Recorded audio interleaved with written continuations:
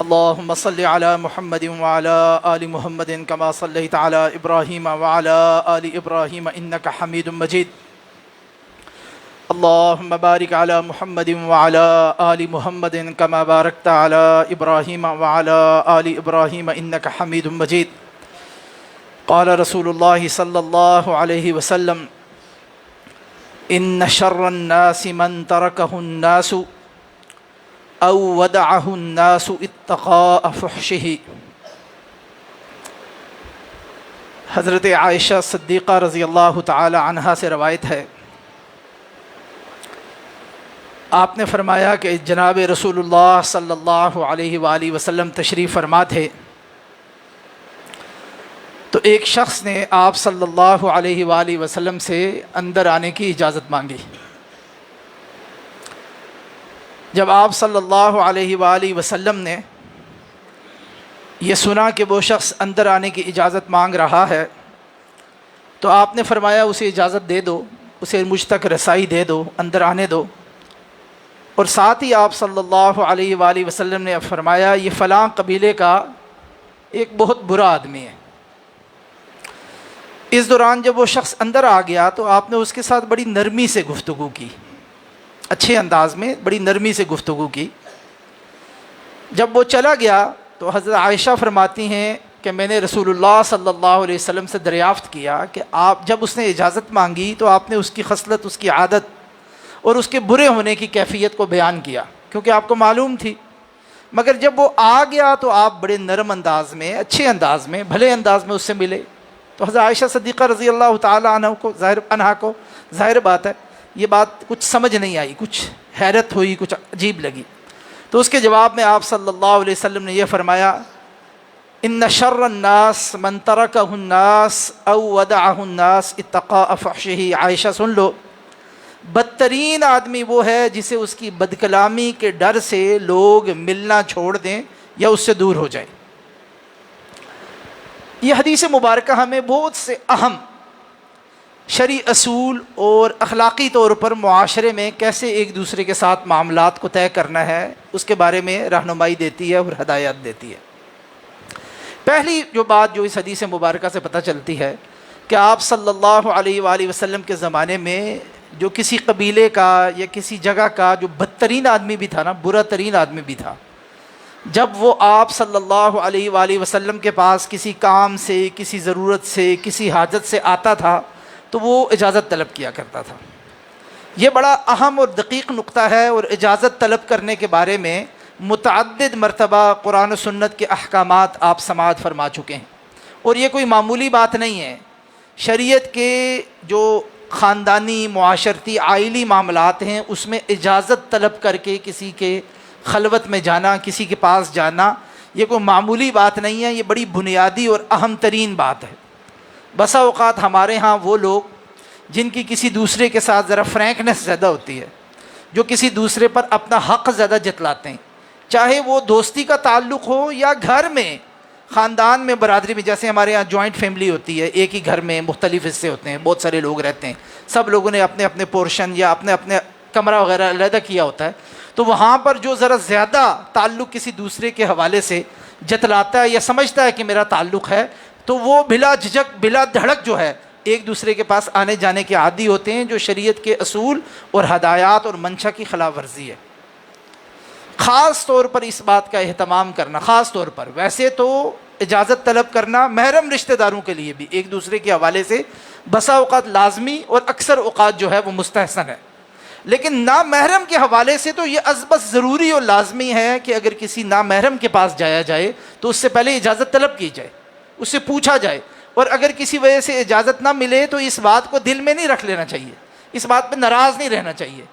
آج اجازت نہیں ملی، ہو سکتا ہے کسی بندے کے معاملات، اس کی کیفیت، اس کی حالت ایسی ہو کہ وہ اجازت نہ دے سکتا ہو، وہ نہ جواب دینا چاہتا ہو، تو اس بات کو محسوس نہیں کرنا چاہیے، اس کو دل میں نہیں رکھنا چاہیے۔ یہ بھی ایک ہمارے ہاں عام چلن ہے، یہ آپ سے رابطہ کیا تھا، آپ کو فون کیا تھا، فون نہیں اٹھایا، منہ بنا لیا۔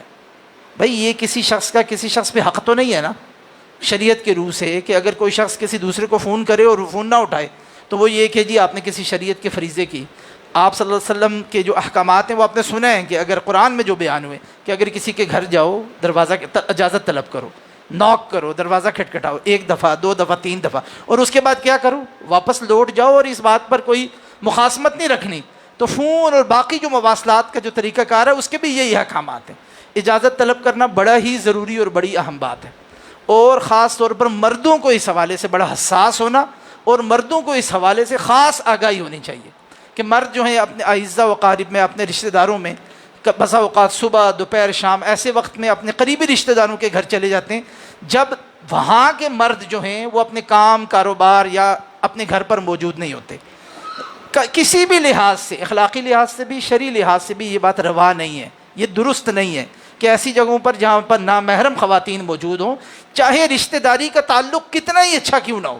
جہاں نامحرم خواتین موجود ہوں اور وہاں پر انسان کو اس بات کا احساس ہو کہ اس وقت ان کے گھر کے مرد موجود نہیں ہوں گے، ایسی جگہ پر جانے سے انسان کو پرہیز کرنا چاہیے، گریز کرنا چاہیے، الا یہ کہ کوئی انتہائی اشد ضرورت اور مجبوری ہے، اپنے کام کی بقدر ضرورت انسان جائے اور وہ کام کر کے لوٹ آئے۔ مگر ایسی جگہ پر خاص طور پہ ایسے وقت میں پہنچ جانا، پھر وہاں جا کر رشتہ داری جتلا کے بیٹھ جانا اور بڑے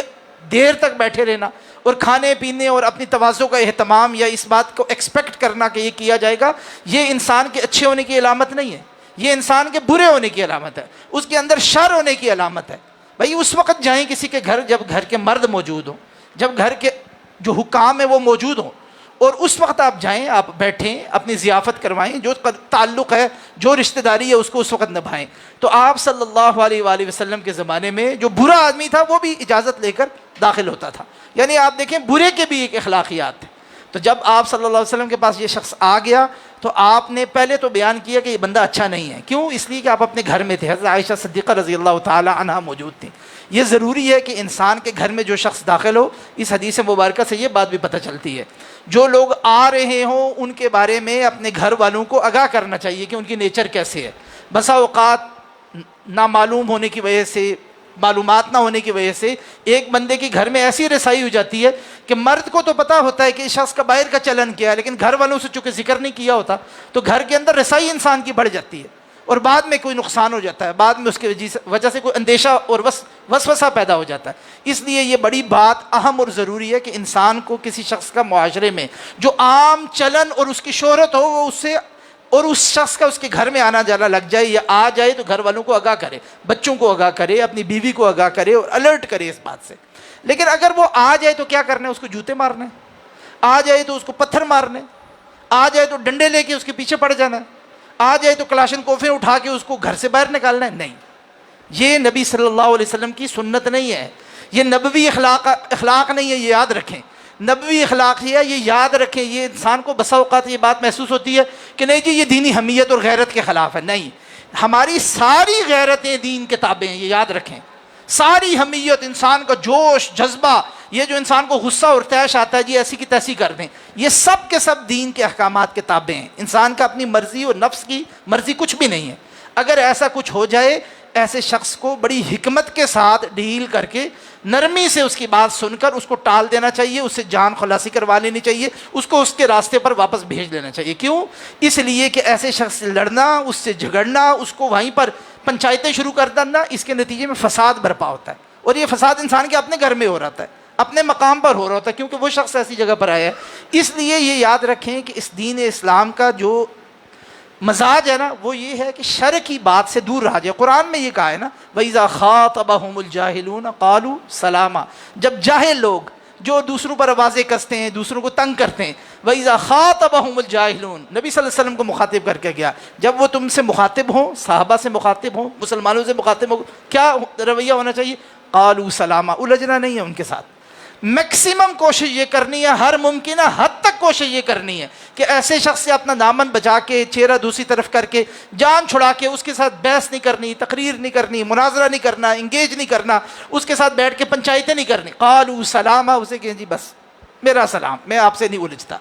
یہ دین کا جو طریقہ کار ہے نا برے لوگوں سے انگیج کرنے کا، جہاں شر ہو وہاں سے فرار اختیار کرو، جہاں برائی ہو وہاں سے بچنے کی کوشش کرو۔ یہ تھوڑی سی برائی دیکھی، گندگی دیکھی، اس میں مزید پتھر مارا، اس کے چھینٹے اٹھے، اور پورے معاشرے میں پھیلے، انسان کے اپنے دامن میں بھی پھیل جائیں، اور انسان جو اچھا کام کر سکتا ہے، کوئی دین کی کام کر سکتا ہے، عبادت کر سکتا ہے، پڑھ سکتا ہے، علم حاصل کرتا ہے، اس کے بجائے اب ان کاموں میں پڑا ہوا ہے. اور جو شریر آدمی ہے وہ اس کو ڈریگ کرے گا، اس کو کھینچے گا کورٹ کچہری پنچایت میں، اور یہ سارا کام، وقت ضیاع، وسائل ہر اس کام میں لگ جائیں گے. برے آدمی سے کوشش کریں میکسیمم بچیں. اور یہ بھی ہمارے یہاں چلن، ہم غصے والی قوم ہے نا، تھوڑا سا جاتے ہیں گاڑی میں کوئی شخص مل گیا، کسی نے تھوڑا سا کاٹ لیا، یا تھوڑی سی غلطی سے ہماری کسی چیز کو، وہیں نکل کے ہم راستہ بند کر کے ایسی کی تیسی چھوڑیں گے نہیں. اور اس کو کہاں تک ہوتا، کیا ہوتا کچھ بھی نہیں ہے، ہونا تو وہی ہے. اگر آپ اس کی کوئی بڑی زیادتی ہے تو 4 پیسے دے کے جان چھڑائے گا، ورنہ کیا ہوگا، کچھ بھی نہیں ہوتا ہے. لیکن ویسے غصہ کرتے ہیں ایک دوسرے کے، ویسے ہم غلط کاموں میں، شر کے چھوٹے چھوٹے کاموں میں زیادہ وقت صرف کرتے ہیں، بجائے اس کے کہ اس بات سے اعراض کر کے، پہلو تہی کر کے، بچ کر اپنے کام کی طرف نکل جائیں. اور آخری بات جو اس حدیث مبارکہ سے پتہ چلتی ہے وہ یہ کہ اگر کسی شخص کے بارے میں نا انسان کو پتہ ہو کہ یہ برا آدمی ہے، تو اس کا ابلاغ اس حد تک کر دینا چاہیے جس حد تک ضروری ہے. جیسے حضرت عائشہ کو رسول اللہ صلی اللہ علیہ وسلم نے یہ بات بتلا دی، اس کا ابلاغ کر دیا تاکہ الرٹ ہو جائے. لیکن وہ شخص آیا تو یہ کہنا کہ کلمہ حق کے نام پر اب اس کے منہ پر اس کی ایسی کی تیسی کر دی جائے. آپ صلی اللہ علیہ وآلہ وسلم سے زیادہ بہادر، آپ سے زیادہ جری، آپ سے زیادہ حق گوئی کرنے والا کوئی شخص ہو سکتا ہے؟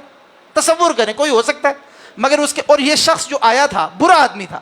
نبی کریم صلی اللہ علیہ وآلہ وسلم ذرا تصور کریں، اس کو وہیں پکڑ لیتے اور کہتے تمہارے اندر یہ برائی بھی موجود ہے، تیرے اندر یہ برائی بھی موجود ہے، تیرے اندر یہ برائی بھی موجود ہے. جرت کیسے ہوئی کہ میں نبی آخر الزمان ہوں، تم میرے پاس آ گئے ہو، تم اور میرے گھر آ گئے ہو؟ حضرت عائشہ موجود تھی نا، تو یہ قرینہ ہے اس بات کا کہ گھر میں یہ بات ہو رہی ہے. آپ صلی اللہ علیہ وسلم نے ایسا کچھ بھی نہیں کیا، اس کو آنے دیا، اس کی گفتگو کی، اور اس کے بعد اس کو ٹال کر اس معاملے کو ختم کر دیا. ذرا غور کریں چشم تصور میں، اگر ایسا ہوا ہوتا آپ صلی اللہ علیہ وسلم اس سے الجھ جاتے، وہ آگے جواب دیتا، بدتمیز آدمی تھا، اس کے نتیجے میں وہاں پہ کوئی گستاخی کرتا، تو احادیث کی کتابوں میں آج کتنا بڑا قصہ ہمیں ملتا کہ ایسے شخص نے یہ کیا، اس کی گستاخی ہوئی، بعد میں صحابہ اکرام جمع ہو گئے، انہوں نے پھر اس شخص کو جو ہے کیفر کردار تک پہنچایا. کتنا بڑا قصہ. اور آپ پر جان واری کرنے والے کتنے لوگ موجود تھے. آپ صلی اللہ علیہ وسلم ان کو نہیں بلا سکتے تھے، آؤ ذرا اس کو گھسیٹ کے لے جاؤ، ہو سکتا تھا نا ایسے. لیکن یہ نبوی اخلاقیات نہیں ہیں، یہ نبی صلی اللہ علیہ وسلم کا طریقہ نہیں ہے. ایسا طریقہ یہ ہے کہ جب ایسا شخص آ جائے تو کلمہ حق کے نام پر اس کی ایسی کی تیسی کرنے کی کوئی جواز نہیں ہے. اس سے جتنا ممکن حد تک ہو انسان کم انٹریکشن کرے اور اس کے بعد اس کو رخصت کر دے، اور ایسے شخص سے دوبارہ کوشش کرے کہ اس طرح کے شخص سے انسان کا آمنا سامنا نہ ہو. وَإِذَا خَاطَبَهُمُ الْجَاهِلُونَ قَالُوا سَلَامًا. اللہ سبحانہ و تعالی ہمیں دین اسلام کے ان اخلاقیات کو سمجھ کر ان پر عمل کرنے کی توفیق عطا فرمائے. سبحانک اللہم و بحمدک، اشہد ان لا الہ الا انت، استغفرک و اتوب الیک.